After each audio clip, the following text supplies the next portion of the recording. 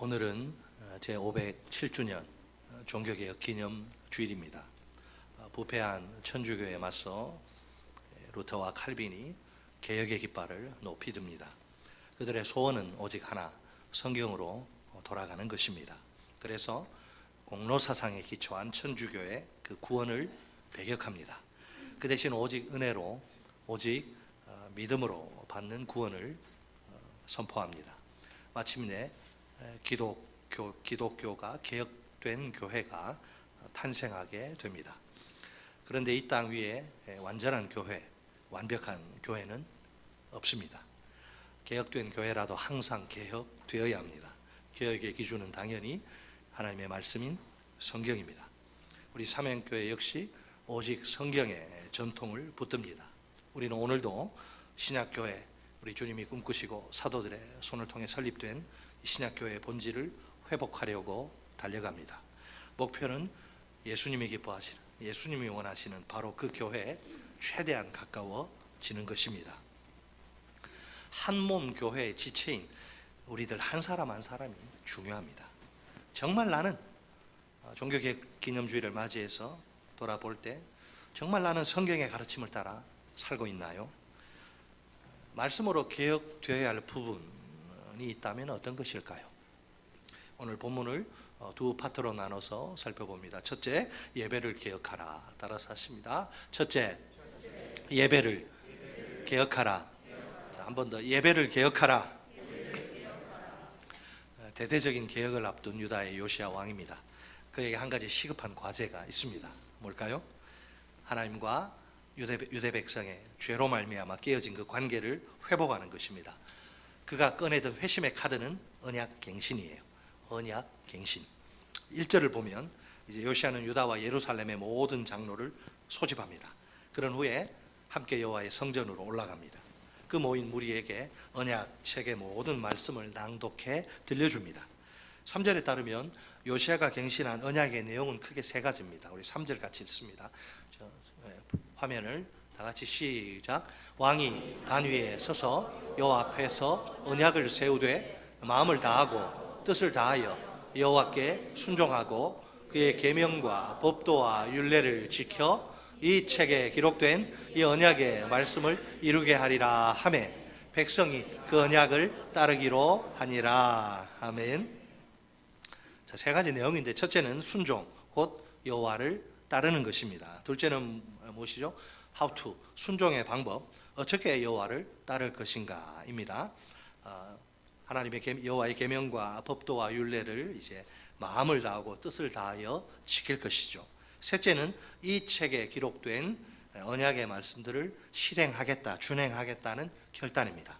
이 책에 기록된 언약의 말씀들, 곧 율법이 그들에게는 생명이에요. 생명 전부입니다. 언약 백성의 신분에 일치하는 삶을 살라는 가르침 말입니다. 결국 언약의 핵심은 순종이에요. 언약의 하나님의 말씀의 핵심은 순종입니다.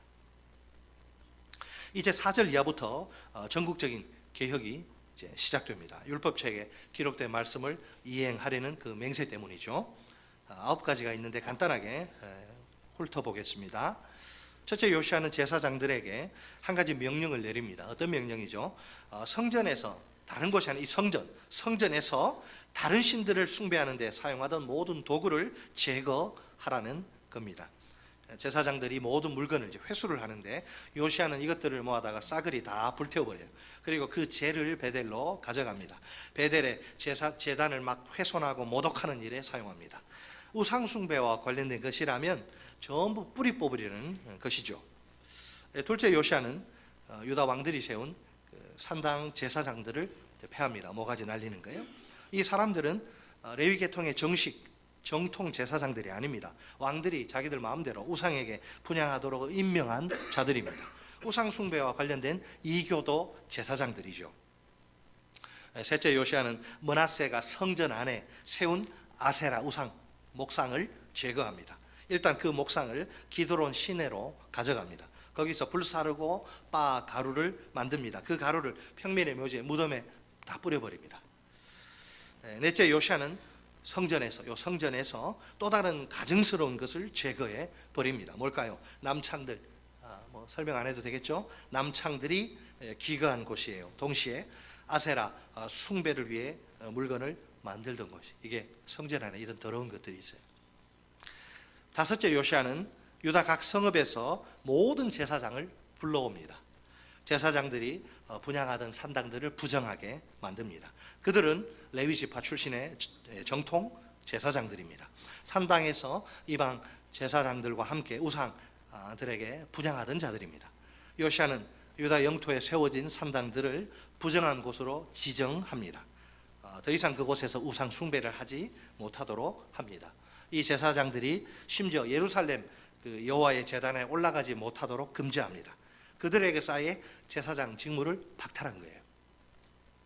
여섯째, 요시아는 예루살렘의 이방 종교 시설물과 악습을 제거합니다. 먼저 흰놈 골짜기에 도벳을 부정한 곳으로 선포합니다. 몰렉을 위해 그 자녀를 그 불로 지나가게 하지 못하도록 말입니다. 다음으로 태양신에게 봉헌된 장비들을 없애버립니다. 뭐가 있어요? 말들 제거하고 태양 수레를 또 태워버립니다. 일곱째, 요시아는 아하스의 다락방 지붕 위에 세운 제단들을 허물어 버립니다. 거기서 빻아내려 그 가루를 기드론 신에 쏟아버립니다. 이 제단들은 천체 하늘 1월 성신이죠. 천체 숭배용 도구들입니다. 여덟째, 요시아는 솔로몬의 아내들을 위해 세운 산당들을 제거합니다. 다 이방신들을 섬기기 위해 세운 산당들이죠. 아홉째, 마지막으로 요아스는 돌 기둥들을 깨뜨립니다. 그리고 아세라 목상들을 찍습니다. 그 자리를 사람의 해골 바가지로 채워서 더럽혀버려요. 더 이상 백성들이 사용할 수 없는 부정한 장소로 만들어버린 것입니다. 사실 요시아의 이 범국가적인 개혁은 절대로 쉬운 일이 아닙니다. 몇 문장에 표현되어 있지만 이게 쉬운 게 아니에요. 어느 낙후된 동네 뉴타운 아니면 대규모 재개발 사업 그 정도가 아닙니다. 완전히 나라 전체를 개조하는 뜯어 고치는 대작업입니다. 전국 방방곡곡에 수많은 산당과 우상들을 철거하는 일이죠. 막대한 예산과 인력이 투입되겠지요. 하루 이틀에 한두 달에 간단히 끝낼 수 있는 그런 허접한 그런 시시한 가벼운 일 아닙니다. 원래 가나안 땅은 어떤 곳입니까? 약속의 땅, 축복의 땅, 젖과 꿀이 흐르는 땅, 그곳에서 하나님을 경외하고 말씀대로 순종하면서 자자손손 영원토록 행복하게 살도록 하나님이 세팅해 놓은 그런 땅이에요. 약속의 땅인 가나안이 근데 본래의 모습을 잃어버린 상태라. 아주 오랫동안 전 국토가 우상의 소굴로 전락한 그런 상태입니다. 우상 숭배의 죄가 수도뿐만 아니라 예루살렘뿐만 아니라 전국 각지에 깊이 뿌리 내린 그런 상황입니다. 아주 오랜 세월 동안 각종 우리는 듣도 보도 못한 우상 숭배가 전국적으로 자행됩니다. 온갖 우상 숭배가 들끓는 거죠. 하나님의 왕국이 아니라 우상의 나라입니다. 예루살렘 성전이라고 안전지대는 아닙니다. 가장 거룩해야 할, 이스라엘에서 가장 거룩해야 할 하나님의 임재 처소가 아닙니까? 안타깝게도 성전 역시 우상 숭배 죄로 아주 심각하게 더럽혀진 상태입니다. 만약 대한민국의 교회마다 예배당 안에 아세라 목상이 막 서 있고 우상이 서 있고 그렇게 우상 숭배가 예배도 있고 우상 숭배도 있고 그러면 어떨까요? 바로 그런 말도 안 되는 일이 이스라엘 땅에서 일어난 겁니다. 얼마나 충격적인 현실이란 말인가요? 과연 요시아의 개혁이 오늘 우리에게 던지는 교훈은 무엇일까요? 이 역사책의 역사 기록이 아니에요. 이게 역사를 알려주려고 기록한 게 아닙니다. 하나님의 말씀입니다. 교훈을 위해서, 책망을 위해서, 바르게 함을 위해서, 의로 교육하기를 위해서 주신 하나님의 말씀. 이게 역사책 읽듯이 읽으면 큰일 납니다. 우리에게 던지는 교훈, 옛날에 이런 차이가 못됐네 인간들, 그게 아니에요. 우리에게 던지는 교훈은 무엇입니까? 요시아의 개혁이 어디에서부터 시작되는지를 주목하세요. 신앙의 중심인 성전을 정화하는 데에서부터 시작이 돼요. 그 이유가 무엇일까요? 힌트는 하나님을 경외하는 삶입니다. 하나님의 말씀대로 순종하는 삶입니다. 다른 말로 하면 하나님의 뜻대로 사는 삶입니다. 이것이 주님이 요구하시는 언약 백성의 삶이에요. 이런 삶은 제사의 회복이 전제되어야 가능합니다. 우리식으로 말하면 예배의 개혁이겠지요. 자, 오늘 우리의 예배는 어떤가요? 주일 연합 예배를 생각해 봅시다. 나는 영과 진리로 하나님을 예배하나요? 예배 속에 하나님을 향한 내 사랑과 헌신과 충성이 담겨 있나요? 살아계신 하나님을 인격적으로 만나는 예배인가요? 그 만남 속에서 하늘의 평안을 맛보고 있나요? 주체할 수 없는 기쁨과 감격을 누리고 있나요? 선포되는 말씀이 내 영혼을 터치하고 있나요? 그 말씀 속에서 하나님의 세미한 음성을 듣고 있나요? 회개와 결단으로 구체적인 반응을 보이나요? 혹시 두 마음을 품고 예배의 자리에 나온 것은 아닌가요? 내 마음속에 우상이 있으면 큰일입니다. 그러면 하나님을 참되게 예배할 수 없습니다. 그런 예배는 하나님이 받지 않으십니다. 아무리 겉으로 화려하고 웅장한 예배, 오케스트라가 있고 아무리 겉으로 화려하고 웅장한 예배라도 소용없습니다. 아무리 사람이 많이 모이고 헌금이 많이 쌓이는 그런 예배라 해도 의미가 없습니다. 아무리 고백과 간증이 넘치는 예배라도 헛될 뿐입니다. 교회는 건물이 아니라 예수 믿는 사람의 모임입니다. 여기는 예배당이에요, 예배당. 그래서 옛날에는 삼양교회 예배당, 요즘은 그냥 편하게 교회라고 하는데 건물이 아니고 교회는 우리가 교회. 하나님께 중요한 것은 건물의 규모나 시설이 아니라 예배자, 우리. 하나님은 내 외모가 아니라 내 중심, 곧 내 마음을 보십니다. 하나님을 향한 내 일편단심의 내 마음 말입니다. 예배는 내 마음을 하나님께 바치는 거룩한 행위입니다. 하나님을 진정으로 사랑하는 내 마음을 드려야 합니다. 하나님을 최고로 섬기는 내 마음을 바쳐야 합니다. 하나님 한 분만으로 만족하는 내 마음을 드려야 합니다. 누구에게? 하나님 아버지께, 예배의 주인 되시는 아버지께. 하나님을 진실로 살아가는 성도에게는 한 가지 특징이 있습니다. 그것은 예배를 생명처럼 소중히 여기는 마음입니다. 예배는 옵션이 아니에요, 필수예요. 예배를 생명처럼 소중히 여기는 마음이에요. 그에게 예배는 단순한 종교 행위나 취미 활동이 아닙니다. 자신의 전부를 하나님께 바치는 복된 헌신입니다. 예배를 소홀히 여기면 건강한 신앙생활은 불가능합니다. 오늘 우리에게 예배의 개혁이 절실히 오늘 한국 교회 예배의 개혁이 절실히 필요합니다. 늘 그렇듯 습관을 따라 예배 빠지면 하나님한테 또 혼날 것 같으니까 억지로 그런 경우도 많습니다. 늘 그렇듯 습관을 따라 예배한다면 어떨까요? 예배를 기대하고 사모하는 마음이 조금도 없습니다. 표정이 화난 사람처럼 잔뜩 굳어 있고요, 마음은 얼음장처럼 냉랭합니다. 전혀 예배 준비가 되지 않은 상태. 그러고 오는 거예요. 여러분이 그렇다는 게 아니고 한국교회 그런 분들이 있다는 거예요. 그러니 말씀이 그 마음을 뚫고 들어갈 수가 없어요. 귀로 말씀을 듣긴 들어도 은혜를 체험하기가 어렵습니다. 주께와 엎드려 경배드립니다. 주 계신 곳엔 기쁨 가득. 무엇과도 누구와도 바꿀 수 없네. 예배드림이 기쁨 됩니다. 자, 이런 예배자가 되겠지요? 네. 내년도에는 우리 찬양팀 세우고 하나님의 임재가 있는 그런 예배를 꿈꾸며 제가 지난 주일 목양 칼럼에도 썼는데요, 그런 예배를 위해, 최고의 예배를 위해서 우리가 나아갈 겁니다. 사랑하는 성도 여러분, 예배는요 준비로부터 시작되는 거예요. 월요일부터 토요일까지 한 주간의 삶을 들고 이 자리에 오는 거예요. 우리가 목사가 말씀을 전하기 위해 얼마나 몸부림치며 준비하는지 아십니까?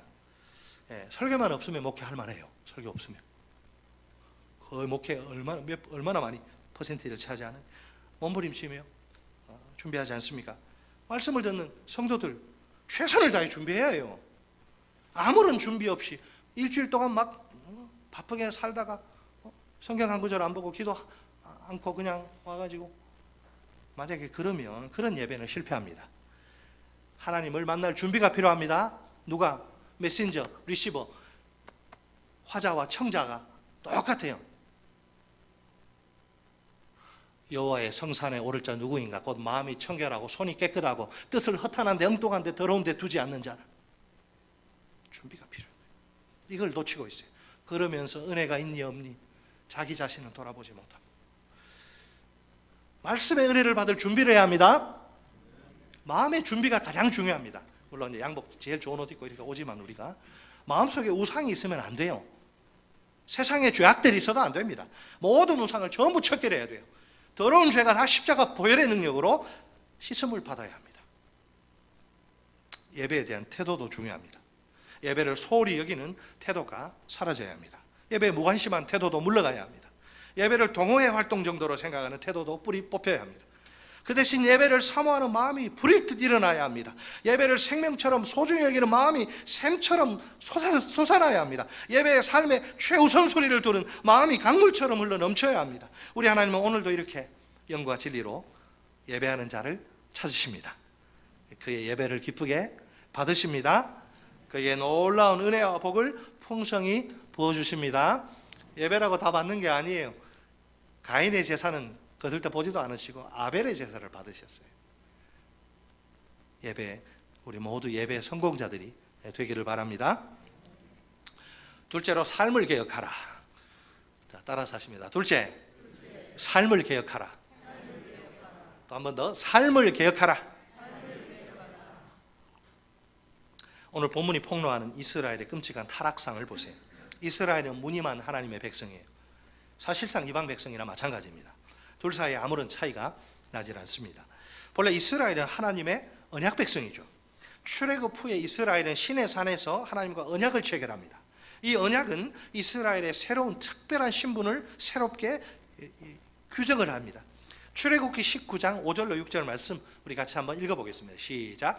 세계가 다 내게 속하였나니 너희가 내 말을 잘 듣고 내 언약을 지키면 너희는 모든 민족 중에서 내 소유가 되겠고 너희가 내게 대하여 제사장 나라가 되며 거룩한 백성이 되리라. 너는 이 말을 이스라엘 자손에게 전할지니라. 아멘.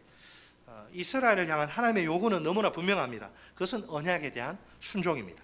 이 순종에 대한 하나님의 반응도 약속도 확실합니다. 그것은 특별한 신분 제공입니다. 자, 이스라엘은 모든 민족 중에서 내 소유, 하나님의 소유가 되고 또 거룩한 백성, 하나님 내 소유, 하나님의 소유가 되고 하나님의 보물, 이게 세굴라라고 하는 단어인데 하나님의 보물이라고 해요. 내 소유, 하나님의 소유, 하나님의 보물이 될 것이다. 하나님께 또 제사장 나라와 거룩한 백성이 될 것입니다. 이 특별한 신분의 원인은 하나님의 선택이죠. 하나님이 수많은 민족 가운데 오직 이스라엘만 선택하십니다. 선택받지 못하면 육이 되는 거예요. 선택과 육이, 이게 예정이고 섭리입니다. 선택받지 못하면 다 육이 버림당하는 거예요. 하필이면 여러분 400년이나 종살이 하던 속된 말로 찌질하게 한 그런 아주 형편없는 민족이에요. 이스라엘이 노예 근성에 완전히 찌들어가지고 막 그냥 계속 얻어내려고, 이게 노예 근성 아닙니까? 남을 섬기고 이게 아니라 계속 이렇게 완전히 찌든 그 별 볼 일 없는 민족이에요. 만왕의 왕이신 하나님께 레벨이 격이 도저히 맞지, 레벨이 체급이 맞아야지 상대가 되죠. 이스라엘로서는 말도 안 되는 일이 일어난 거니까 하나님의 전적인 은혜입니다. 언약 체결 이후에 이스라엘에게 엄청난 변화가 찾아옵니다. 이스라엘은 이전과는 완전히 다른 비교 불가의 존재가 됩니다. 이제는 최고로 영광스러운 신분의 소유자죠. 그들은 하나님의 소유, 그냥 이런 소유, 제 소유 많잖아요. 핸드폰도 있고 뭐 이것도 있고 이런 게 아니라 이 소유는 보물을 말해. 보물. 하나님의 보물이요. 제사장 나라요. 거룩한 여러분, 내가 하나님의 보물이에요. 우리가 안 놀라시네 별로. 하나님의 보물, 제사장 나라, 거룩한 백성, 하나님을 왕으로 모시고 사는 나라, 최고의 왕. 제사장처럼 온전히 하나님만 섬기는 백성, 모든 민족이 하나님을 알고 섬기며 경외하도록 중재하고 이끄는 다리 역할을 하는 그런 나라. 이스라엘을 통해서 열방이 구원받는 게 하나님의 뜻이에요. 슬프게도 이스라엘은 이 하나님의 기대를 무참히 아주 짓밟아 버립니다.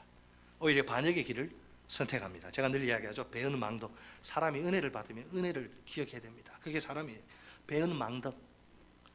그들은 우상 숭배로 하나님의 눈에서 피눈물이 쏟아지게 합니다. 예리한 칼로 하나님의 가슴에 사정없이 난도질을 해댄 거예요. 은혜를 원수로 갚았어요. 사람들 중에도 이런 사람이 있죠, 그죠? 신앙적인 면에도 하나님이 그렇게 하나님 은혜 주셨는데 은혜 원수로 갚는 사람들이 있어요. 우리와는 아무 상관없는 남의 이야기가 아닙니다. 이게 이스라엘 백성 못돼 처먹었네 이러면 안 돼요. 이스라엘처럼 왜 우리도 하나님 보실 때 특별한 신분의 소유자들이기 때문입니다. 특별한 신분은 그 신분과 일치하는 삶을 요구합니다. 그죠? 왕의 아들은, 왕자는 길 가다가 아무리 소변이 급해도 아무데나 하지 않습니다. 특히 하나님과 우리 사이를 연결한 끈이 있는데 그게 새 언약. 우리는 하나님의 새 언약 백성입니다. 언약 백성은 언약 안에 있습니다. 언약의 테두리 안에 있을 때 그걸 벗어나면 안전하지도 않고 행복하지도 않아요. 언약 안에서 하나님을 경외할 때 안전과 행복이 주어지는 거예요. 자, 베드로가 뭐라고 이야기하느냐면, 자, 베드로전서 우리 신분의 새 언약 백성이 누구냐? 2장 9절로 10절 말씀 우리 한번 읽겠습니다. 시작.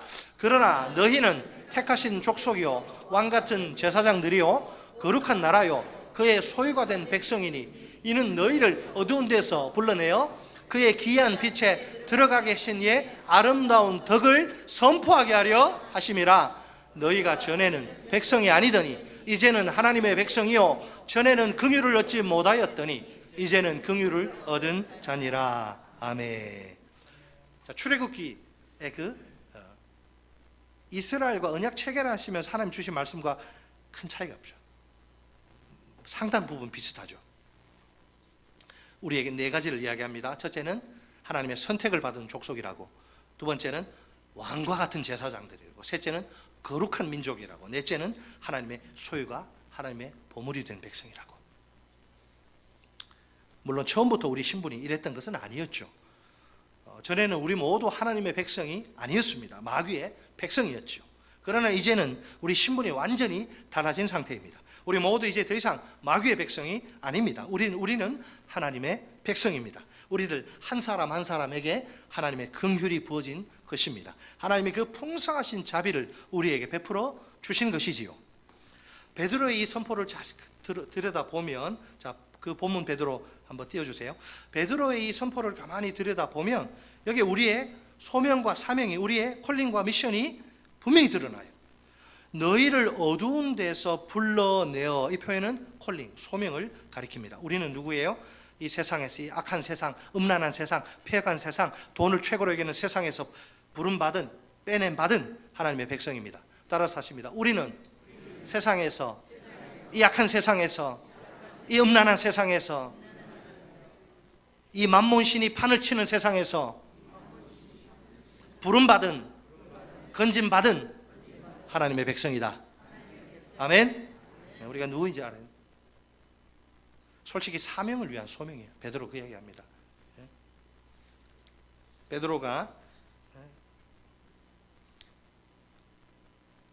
택하신 족속, 왕 같은 제사장들, 거룩한 나라, 그의 소유가 된 백성이다 딱 끝내지 않고 이는 그 부르심의 목적을 이야기하고 있어요. 그죠? 왜 우리를 하나님의 새 언약 백성 만드셨느냐? 사명 감당하라고, 사명을 감당하라고 소명을 주신 거예요. 사명과 상관없는 소명은 어떨까요? 나 같은 죄인을 부르셔서 하나님의 백성 삼아주시니 감사합니다. 네, 좋아요. 그걸로 끝이에요. 사명을 어떻게 감당하며 살겠다는 의지가 없어요. 삶 속에 사명을 감당하는 모습이 도통 보이질 않습니다. 이런 삶은 곤란하다는 겁니다. 아름다운 덕을 선포하게 하심이라. 이것이 사명입니다. 여러분, 아름다운 선포. 우리가 갖고 있는 아름다운 게 뭐예요? 주 예수의 십자가의 복음, 예수의 생명, 천국의 영생 선포하라고. 모르니까 전하는 자가 없으면 누가 들으려? 듣는 자가 없으면 누가 예수를 믿으려? 예수 믿지 않으면 누가 구원받으려? 어떻게 천국 갈 수 있으려? 어떤 분 그러더라고요. 우리 아내가 독실한 크리스찬이고 막 권사님이야. 나는 우리 아내 올라갈 때 그 치마 저고리 붙잡고 올라갈 거라. 생명의 삶에 나오는 이야기입니다. 그거 안 되는 거예요. 그거. 아름다운 덕을 선포하며 살라고 예수가 죽은 거예요. 나를 위해. 이 사명을 감당하며 살아야 합니다. 하나님이 그렇게 살라고 우리를 그분의 백성으로 부르신 거예요.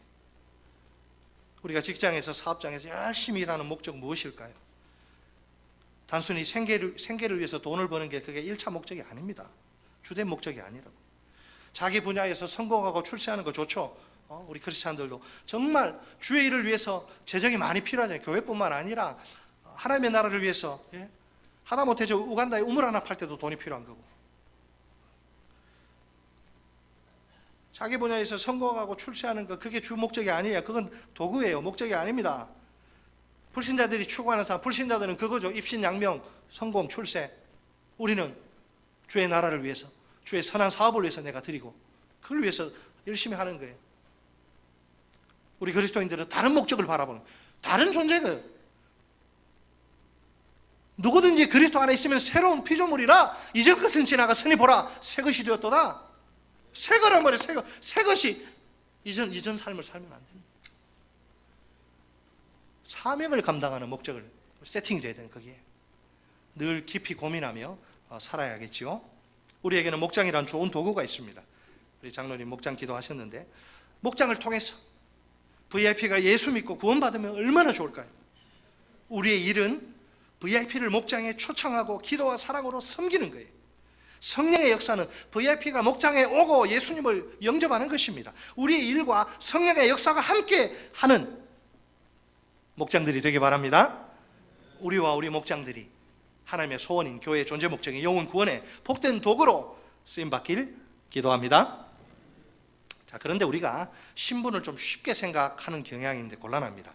우리 신분이 얼마나 엄청난 것인지 바울이 우리에게 또 그 놀라운 진리를 소개하는데, 고린도전서 11장 24절 25절 같이 한번 읽어볼게요. 같이 시작.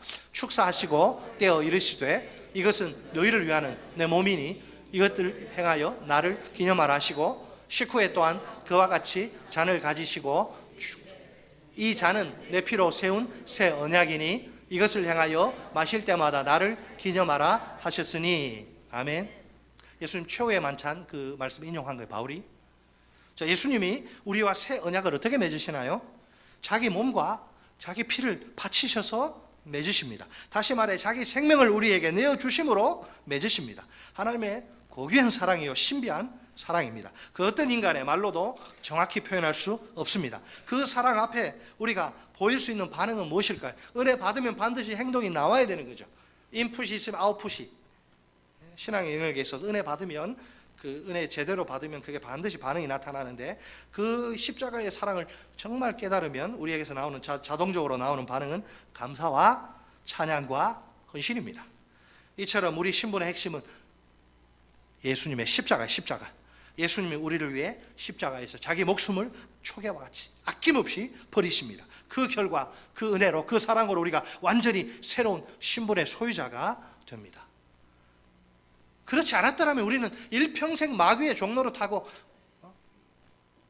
세상이 전부인 줄 알고 세상에 취해서 세상에 묶여서 그렇게 살다가 죽어 지옥 갈 그런 존재. 이 신분은 내가 아무리 애쓰고 수고해도 결코 소유할 수 없습니다. 내 전 재산을 송두리째 다 갖다 바쳐, 대출 받아가지고 갖다 바쳐도 살 수 없습니다. 억만금으로도 그 정확한 가치를 매길 수 없습니다. 이렇게 예수님은 나를 위해 가장 귀한 목숨을 내어주십니다. 내게 최고로 영광스러운 신분을 주시려고 자신의 전부를 바치십니다. 여러분 믿습니까? 예수가 왜 죽었어요? 나 같은 못난 죄인 살리려고, 나 같은 죄인 하나님의 자녀 삼아서 하나님의 나라에 기여하는 인생, 벽돌 한 장이라도 쌓는 그런 보람된 인생 되라고 예수가 나를 위해서 죽었어요. 자, 교회를 다니는 어떤 사람이 있다고 칩시다. 만약 그가 이 특별한 신분의 소유자가 교회는 다니는데 예수 안 믿고도 교회 신앙생활 할 수 있거든. 신앙생활이 아니죠. 교회는 멤버는 될 수 있죠.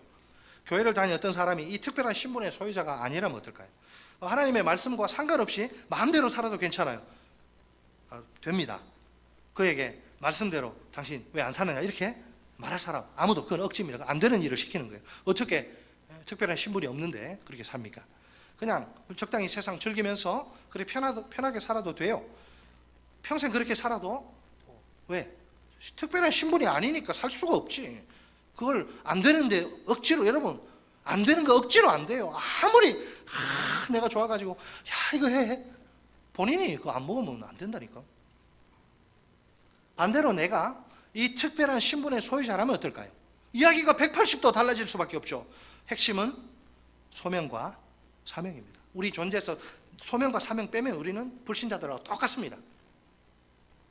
나는 세상에서 부름받은 하나님의 백성답게 살아야 합니다.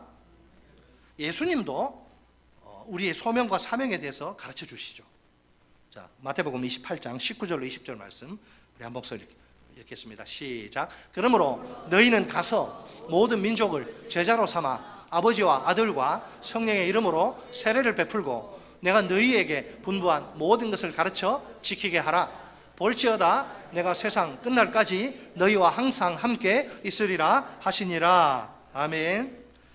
우리를 향한 예수님의 명령, 예수님의 소원, 예수님의 비전은 확실해요. 가서 모든 민족을 제자로 삼으라. Make disciples. 제자를 만들라. 우리가 제자가 되고 다른 사람 제자로, 예수 안 믿는 사람 믿게 하고 제자로 만들라는 거예요. 이것이 바로 우리가 주님께 받은 최후의 소명이요 사명입니다. 예수님이 돌아가시면서 마지막 유언, 내 사랑하는 부모가 돌아가실 때 유언하는 경우 많지 않지만 유언하면 그걸 헛들어 듣는 그런 불효자식이 어디 있습니까? 내가 부모에게 불효했어도 부모가 돌아가시면 마지막으로 이거 좀, 아들아 너 이제 그만 싸우고 좀 화해해라. 그러면 원수지간님도 화해가 돼요. 형제들끼리. 부모가 그런 유언을 하면, 하물며 만왕의 왕이신 주께서 돌아가시면서 제발 이것 좀 하라. 사도들이 이 정신을 가지고 교회를 개척하고 가정에서 교회를 시작한 거예요. 우리는 여러분, 우리의 소명과 사명, 예수님이 가르쳐주신 소명과 사명, 우리는 세상으로 보냄받은 예수 그리스도의 제자답게 살아야 합니다. 네, 이게 빛과 소금이죠. 우리끼리 세상에 있으면 우리가 오염되니까 우리 따로 우리끼리 산속에 모여서 공동체 하자, 그런 거 아니잖아요. 너희는 예수가 세상의 소금이라 세상의 빛이라, 세상 속에서 빛을 발하고 선한 영향력을 발휘하는 그 삶, 팔복에서 이야기하시잖아요. 예수님 분명히 말씀하십니다. 내가 너희에게 분부한 모든 것을 가르쳐 지키게 하라. 이 말씀에 따르면 제자는 태어나는 게 아닙니다. 양육과 훈련을 통해 만들어지는 것입니다. 건강한 교회라면 예수님의 지상 명령에 순종하려고 애쓰겠죠. 대부분 한국 교회 보면 이게 잘 되어 있습니다. 다른 나라 이런 게 없거든요. 한국 교회 보면 양육, 훈련 프로그램 운영 중이고 많은 분들이 거기서 양육받고 있죠. 훈련받고 있죠. 우리 교회는 삼공부와 목장이 있습니다. 특히 목장이 제자를 만드는 훈련소, 양성소입니다. 서로 사랑하고 섬기는 가운데 보고 배우죠. 성령의 임재로 기도 응답이 있고 간증도 살아 있습니다. 그 과정을 통해 예수님의 제자가 만들어지는 거예요. 자, 과연 오늘 나의 삶은 어떤가요? 혹시 불신자들처럼 무리처럼 살고 있지는 않나요? 정말 하나님의 백성다운 삶을 살기 위해 노력하나요? 예수 그리스도의 제자다운 삶을 살려고 애쓰나요? 당연히 쉬운 일 아닙니다. 예수님도 야 어렵다, 잘 생각해라, 잘 계산하고 나를 따라라. 예수님도 힘든 일이라고 말씀하십니다. 목사님 저도 힘들기는 마찬가지입니다. 이 세상에서 인기가 없는 삶이에요. 찾는 사람이 많지 않은 삶이에요. 쉽고 편하면 왜 저렇게 하겠습니까? 어렵고 힘드니까 사람들이 별로 안 찾지. 항상 마이너입니다. 우리는 소수예요. 소수와 함께 이렇게 서로 위로하고 격려하며 걷기 때문에 이게 외로운 삶이에요. 그래도 나는 반드시 하나님의 백성으로 살아야 합니다. 나는 반드시 하나님의 백성으로 살고 꼭 예수 그리스도의 제자로 살아야 합니다. 왜? 그 마지막이 천국이요, 영생이요, 상급이기 때문입니다. 어떻게 해야 내가 이런 삶을 살 수 있을까요? 내가 하나님의 사랑에 온전히 붙들리고 사로잡히면 됩니다. 내가 하나님의 사랑에 푹 빠지고 깊이 잠기면 가능합니다. 마지막 9절, 로마서 8장 37절로 39절 말씀 우리 한 목소리 읽습니다. 같이 시작. 그러나 이 모든 일에 우리를 사랑하시는 이로 말미암아 우리가 넉넉히 이기느니라. 내가 확신하노니 사망이나 생명이나 천사들이나 권세자들이나 현재 일이나 장래 일이나 능력이나 높음이나 깊음이나 다른 어떤 피조물이라도 우리를 우리 주 그리스도 예수 안에 있는 하나님의 사랑에서 끊을 수 없느니라. 아멘. 유대 랍비들은 유대인들에게 이걸 순교자들의 죽음이라고 가르칩니다. 사실은 그러니까 1차적으로는 신앙 때문에 겪게 되는 모든 고난을 가리키죠. 유대 랍비들의 해석처럼 1세기 이 말씀이 선포될 때는 많은 사람들이 예수 믿다가 다 이렇게 핍박받고 박해받고 많이 죽어나갔죠. 근데 오늘날 우리가 처한 상황과는 많이 차이가 나죠. 한국에서 예수 믿는다고 목숨 위태로워지고 목숨 내놓아야 하는 사람 없잖아요. 우리 자유롭게 주일날 이렇게 예배하고 상공부도 하고 목장도 하고 그런다고 경찰을 와가지고 우리 잡아가나요? 없잖아요. 이거는 우리에게는 2차적으로 적용하는 것이 더 현실적입니다. 근데 예수 잘 믿습니다. 그런데 내 사랑하는 아들이 심각한 질병에 걸려서 고통의 세월을 보내고, 든든한 가장인 남편이 갑자기 직장에서 해고당하고, 어여쁜 딸이 음주운전 차량에 치여서 사경을 헤매고, 얼마나 가슴 아프고 괴로운 현실일까요? 그러면 우리가 하나님 앞에 딱 나오는 말이, 저도 마찬가지예요. 왜 전능하신 하나님이 나를 도와주시지 않는 걸까?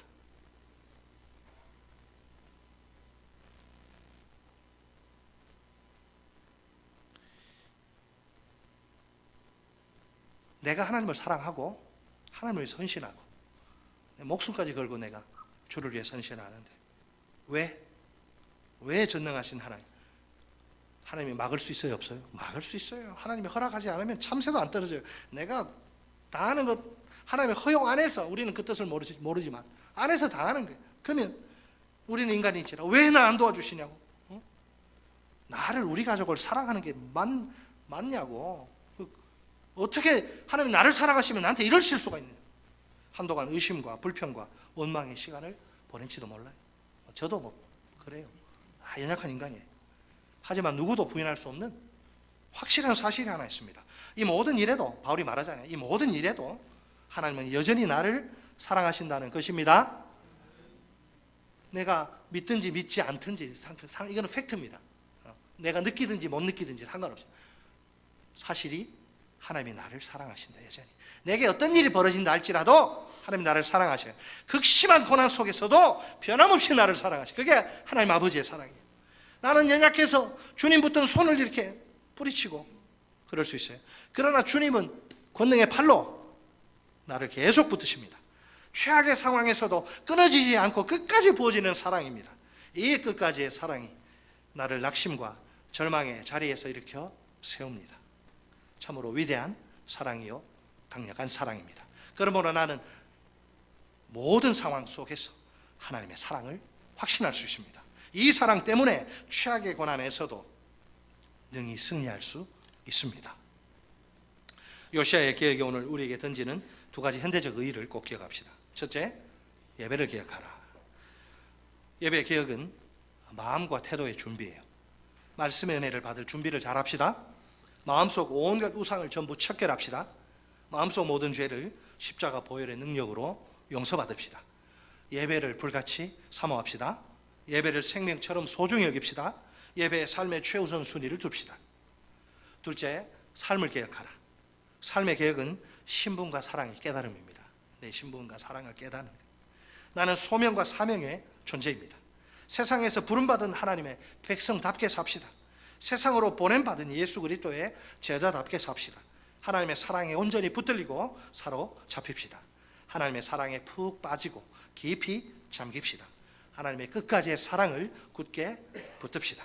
모든 상황 속에서 하나님의 사랑을 확신합시다.